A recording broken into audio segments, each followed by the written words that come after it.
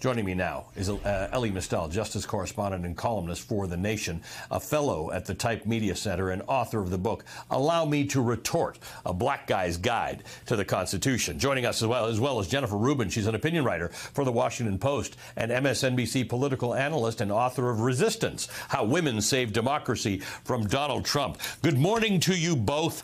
I will freely admit to being the dupe in this crowd because I'm the guy who said to my executive producer, there's got to be more to this story. Give him a minute, Elie, and Alito's going to come out with something that explains reasonably why he had an upside-down flag at his house. And guess what?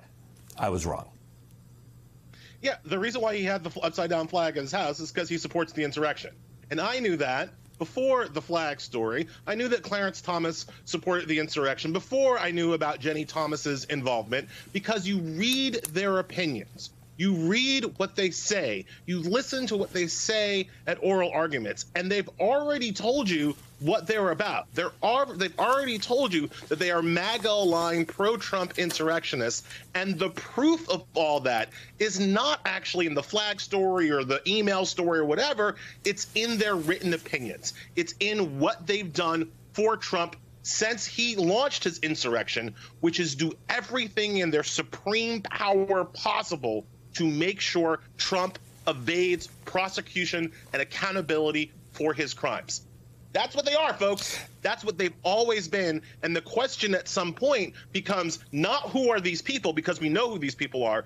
It's what are the rest of us going to do about it? And what are the rest of us willing to do to stop them? Right. And as it relates to the Supreme Court, Jen, our options, i.e. the options of the rest of us, are relatively limited and at the moment seem to involve either protest or making sure that the Supreme Court is one of the reasons you vote whatever way you're going to vote in November. But short of that, what else can be done? Because as we've learned from the Supreme Court, nobody's the boss of them. Well, 2 points. First of all, he went to Fox News to dispute this. Consider that. Yes. He goes to the outlet that is the propaganda mouthpiece that made up and ran with and ultimately had to pay a huge verdict for lies about the election of 2020. So put a pin in that. Secondly, it's not just that he was aligning with Trump. It's that he's aligning with a group that is considering, that is doing the work of overthrowing the Constitution. That's a clear violation of his oath. It's not as if he had a Trump sign, go Trump. He has a down with the Constitution sign, essentially, flying over his house. So what do? Well, first of all, Dick Durbin's got to get off his duff. He has been sitting around twiddling his thumbs on any kind of mandatory ethics reform. It needs to be on the floor of the Senate on Monday. Put it to the House and let them decide that they don't want to improve the Supreme Court. Secondly, there should be an impeachment inquiry. There's no excuse for it. Understand that while this was going on, Sidney Powell and her pack of malpracticing unethical lawyers were concocting a plot to have Alito intervene in the election count. That was their scheme. We have tape of Sidney Powell saying, yes, that was the scheme to get Alito into this. If that's not grounds for an impeachment proceedings, I don't know what is. Third, this is not just an Alito and a Thomas problem. This is a Chief Justice Roberts problem. He is complicit in this. He has the choice. He can go public if need be. He can demand these people recuse himself. He can go to Congress and ask for a mandatory ethics regime, but he has it because he is weak, because he wants to allow the conservative majority to remain so he can advance whatever political views he has. He is complicit in all of this. Ultimately, what we need is investigation. We need court reform. We need Democrats in this election to elevate court reform, come out in favor of not only term limits, but in my book, at this point, we need court expansion. So there's lots of things to be doing, but we cannot do them if people like Dick Durbin sit around and say, oh, please, Mr. Alito, would you recuse yourself? That's not going to get the job done, and Democrats shouldn't tolerate that kind of mamsy-pamsy approach. Can I add one more thing on Roberts? Because Roberts doesn't have a lot of hard power, but he has a lot of soft power over these people. And one of the tools in his bag that he refuses to use is that there is no reason Sam Alito or Clarence Thomas should be allowed to write majority opinions.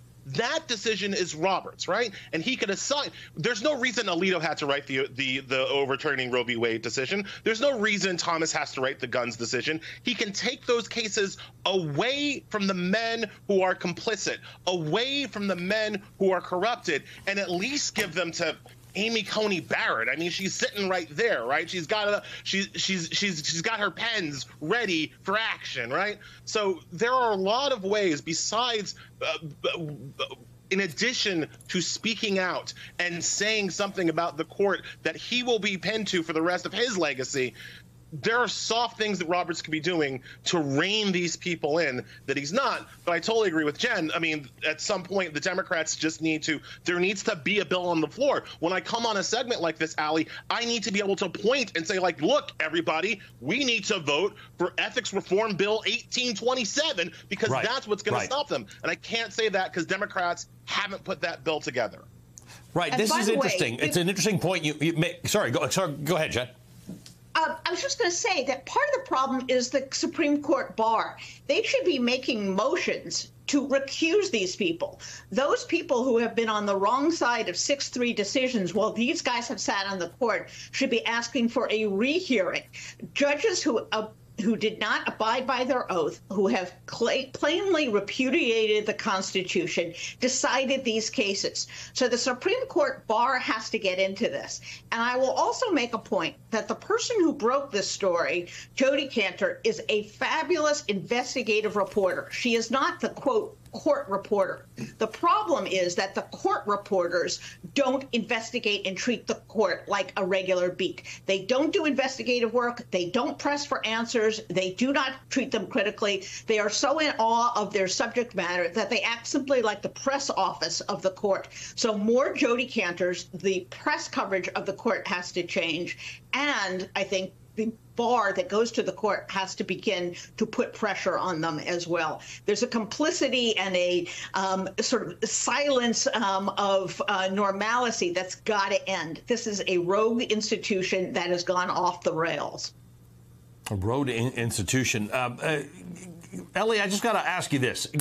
Samuel Alito, as you said, from reading his decisions, and his opinions, you can glean who he is and what his politics are. And I can understand in a statement that he made to the New York Times, in which he shifts his blame on his wife. Fox News followed up with him yesterday, and they reported, quote, Alito added that he felt he had no right or ability to control or order around his wife. Understood, and that some neighbors on his street have been very political. Here's my question, and nobody's suggesting he should be ordering around his wife, but you are political, but whether you like it or not, he's political, you're political, Jen's political, I'm political, we are political beings. Was there a different way to deal with the fact that he had neighbors who apparently don't like his politics than to put the symbol out that said that he was prepared to see the overturning of an election? Absolutely, Ali. Look, I'm a black man on television. When I go out on the street, I got some neighbors who have some things to say to me, all right? And I'm really sorry if Samuel Alito and his wife had a bad walk around the neighborhood, but that's just part of the society we live in.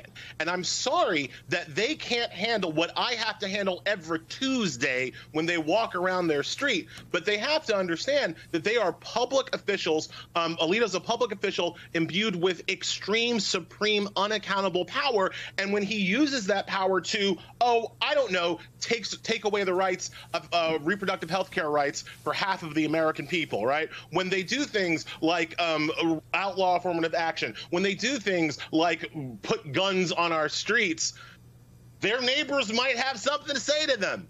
Right? Their neighbors might have a word they would like to say to them. And as a public official, as a public person, you just kind of have to take it. This disproportional craziness doesn't hold water. You know, people are mean to me. I don't have like a Nazi flag flying outside my house. Right. I just like, okay, thanks a lot, sir. And I get that wouldn't be the normal response. Yes. Starbucks, right? Like a normal That's the part being. I was getting at. Like, I'm sorry your neighbors are not nice to you. I think people should be nice to people if they can. But I don't understand why that results in you putting up a symbol of some weird anti-democratic political activity. But, you know, we still live and learn about these things every week. Thanks to both of you. Elie Mystal is justice correspondent and columnist with The Nation, author of Allow Me to Retort, A Black Guy's Guide to the Constitution. Jennifer Rubin is a Washington Post opinion writer, MSNBC political analyst, and author of the book Resistance, How Women Saved Democracy from Donald Trump. Excellent conversation with the two of you this morning. Thank you.